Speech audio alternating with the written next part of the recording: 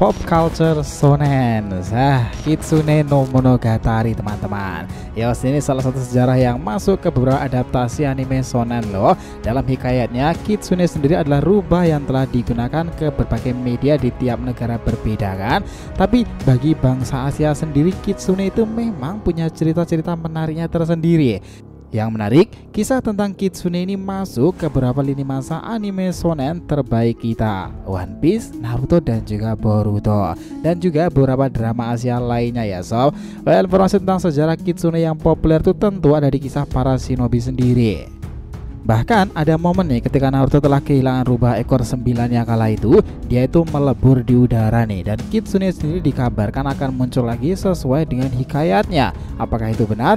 Ya benar teman-teman. Lihat apa yang terjadi di anime Boruto sekarang ini, dimana Kurama balik lagi tuh dengan berbeda pada Jinchuriki terbarunya Himawari. Semuanya serasa nyambung tentang sejarah sang rubah tersebut. Nah, ini semakin menarik lagi, dan kira-kira seperti apa sih sebenarnya kisahnya tentang itu?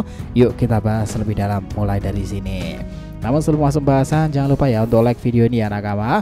Nah, buat kalian nih para pecinta anime shonen, channel itu akan berikan beragam pembahasan seru lainnya nih. Jadi support terus ya agar makin berkembang dan berpetualang bersama Shonen Odyssey.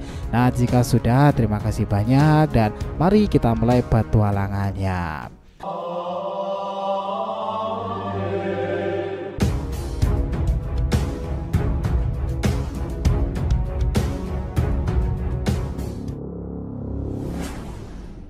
Gini, dengerin ya sob, dalam mitologi dan legenda budaya Jepang sendiri, Kitsune itu dikenal populer sebagai rubah mistis dengan kekuatan menakjubkan kan. Dalam cerita negeri tirai bambu sendiri contohnya, Kitsune selalu ditampilkan sebagai makhluk dengan kemampuan sihir yang semakin sempurna.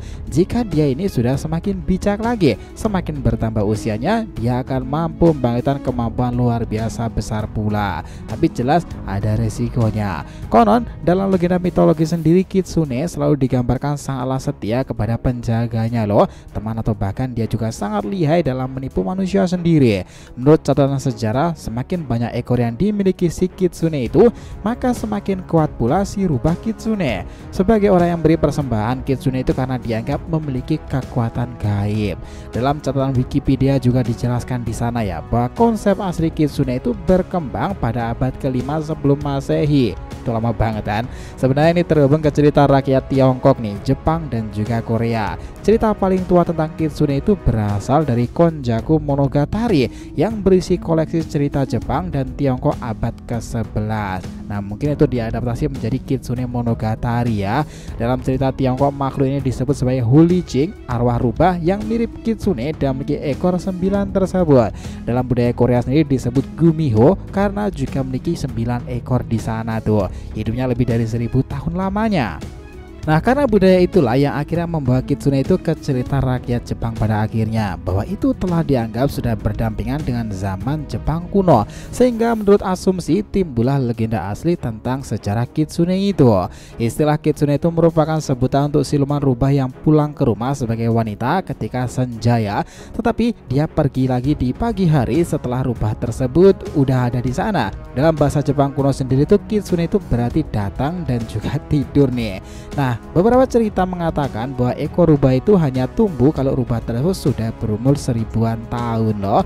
Ketika Kitsune mendapati ekor ke-9-nya, ia akan memiliki warna emas dan itu akan disebutkan sebagai Kyubi no Kitsune, dimana ia akan memiliki kemampuan lebih untuk memprediksi dan melihat segala peristiwa yang terjadi di dunia sendiri. Kita pun jadi tahu ya, selain movie My Girlfriend is Gumiho yang menjelaskan tentang wanita cantik yang sebenarnya berwujud rubah ekor 9 itu, dia mampu menipu, memanipulasi, memiliki wawasan luas, dan itu adalah gambaran dalam hikayat pop culture Koreanya ya. Sementara dalam hal karya One Piece sendiri nih, ada karakter yang memiliki gambaran pas dan tepat tentangnya, itu adalah Katarina Devon, sang rubah Kitsune yang legendaris.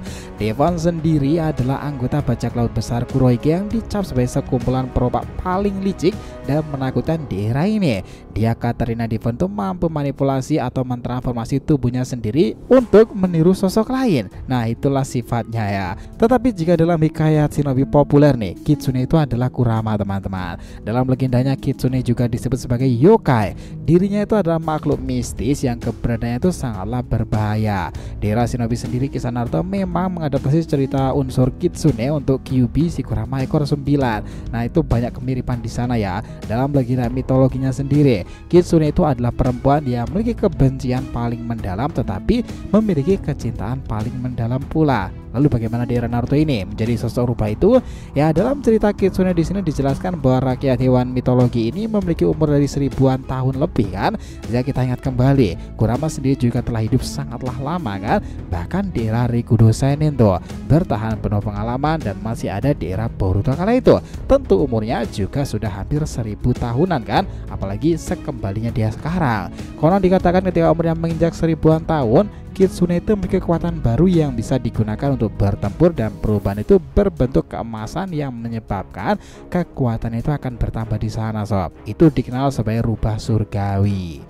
Nah, yang menarik, kekuatan itulah mungkin yang ditunjukkan oleh Kurama di era shinobi kala itu ya. Sebuah kekuatan magis yang telah lama disimpannya ribuan tahun, mode partikel berat sepanas matahari, dan itu adalah energi fusi nuklir baryon mode.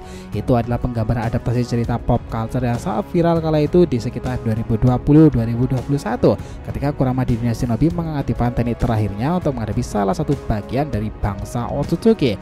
Kurama melakukan tugasnya dengan sangatlah baik nih di sana. Jika dalam penggambaran hikayat legendanya, dia dikenal sangat setia dengan penjaganya dan begitu melindunginya, meskipun terkadang dia itu juga pintar menipu nih. Hal ini ternyata digambarkan serupa dengan proses detik-detik kepergian Kurama kala itu. Ilustrasinya tuh sentimental banget dan kira-kira seperti ini ya. Setelah berhasil mengalahkan Ishiki Otsutsuki, kejadian ini dimulai dari alam bawah sadar Naruto itu yang sangat kebingungan dan menyimpulkan ia sudah mati karena efek dari baryon. Saat Naruto sudah pasrah dan menerima yang terjadi, tiba-tiba Kurama muncul di belakangnya dan mengatakan, "Lewat sini Naruto." Kemudian Kurama di detik-detik Kurama itu mengatakan kalimatnya lagi seperti ini, "Aku ingin mengucapkan kata selamat tinggal. Jika kamu bertanya-tanya jika aku mengucapkan selamat tinggal, karena ini adalah percakapan terakhir kita." Naruto yang terkejut kemudian membalasnya, "Terima kasih Kurama, karena telah berada di sisiku selama bertahun-tahun lamanya." Naruto selalu menganggap meskipun dirinya sejak kecil tidak didampingi orang tuanya, tetapi baginya Kurama sendiri itu sudah seperti orang tua untuknya loh. Lalu Kurama mengatakan, seperti itu ya." Naruto menambahkan bahwa dia itu sangat senang selalu bersama dengan Kurama.